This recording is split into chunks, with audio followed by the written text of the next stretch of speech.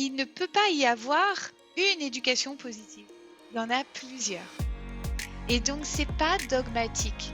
Il y a des éducations positives parce qu'il y a des parents, il y a des familles, il y a des milieux, il y a des valeurs, il y a des croyances et qu'il y a plusieurs manières d'être positif pour le développement de son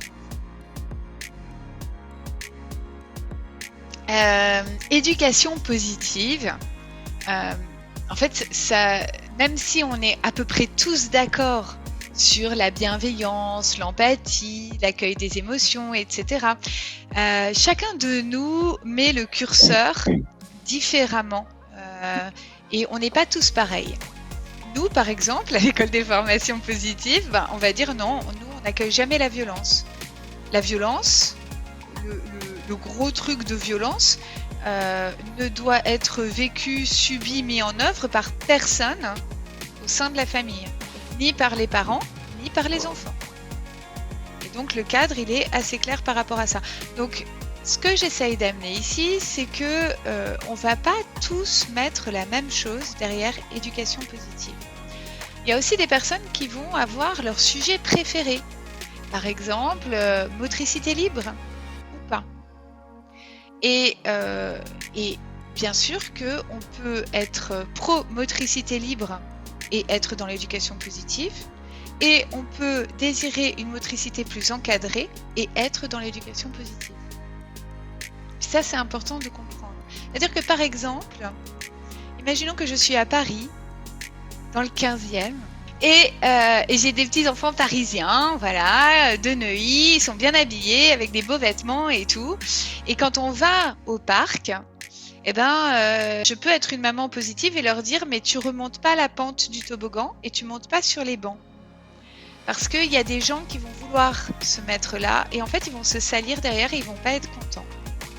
C'est pas que je veux freiner la motricité de mon enfant, c'est que à ce moment-là, je veux lui faire comprendre comment est la société dans laquelle il se trouve. Et que l'éducation positive, chaque éducation positive s'inscrit à l'intérieur d'un pays, à l'intérieur d'une culture, à l'intérieur d'une manière de voir les choses, d'une société, d'une micro-société. Et c'est de l'éducation positive quand je fais ça parce que dans ce milieu-là, si je laisse mon enfant faire ce qu'il veut et avoir une motricité complètement libre, derrière, il va pas être invité au goûter d'anniversaire des copains. Les parents vont dire « Oh là là, moi j'en veux pas dans mon joli appartement parisien, il va tout me casser ». Et que le fait de le priver de détenir les codes de la société va faire qu'il ne va pas pouvoir faire partie comme probablement il en aurait envie, mais non pas sur le fait de ses décisions à lui, mais de mes décisions à moi. De même, si je suis dans le Puy-de-Dôme, j'aime bien parler du Puy-de-Dôme ou du Lot, voilà, là c'est le contraire en fait. Si je vais sur le parc de jeux et que j'empêche mon enfant de sauter partout, de remonter la pente du toboggan, de grimper sur le banc, etc., il va être catalogué comme un enfant boring, vous voyez, ennuyeux. Et en fait, je lui donne pas les codes pour s'intégrer dans le monde dans lequel lui, il se trouve. Et ça veut dire que même si nous, en tant que parents ou nous, en tant que coachs parentaux, on peut avoir une vision assez claire pour nous de ce qui est bon et de ce qui est mal, la réalité, c'est que c'est beaucoup plus plein de nuances en fait.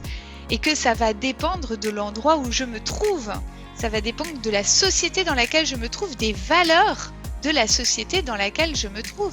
Et donc, l'éducation positive au nord de l'Afrique, l'éducation positive au sud de l'Amérique, l'éducation positive en Europe, l'éducation positive des Suédois, l'éducation positive des Parisiens et l'éducation positive des gens du Lot-et-Garonne est différente.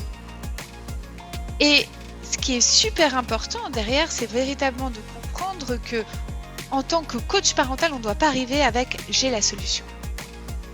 Parce que nos solutions ne seront pas forcément de bonnes solutions par rapport à l'environnement, la culture, les croyances, les valeurs, le milieu dans lequel les parents et la famille se trouvent. Et qu'il ne peut pas y avoir une éducation positive. Il y en a plusieurs. Et donc, c'est pas dogmatique.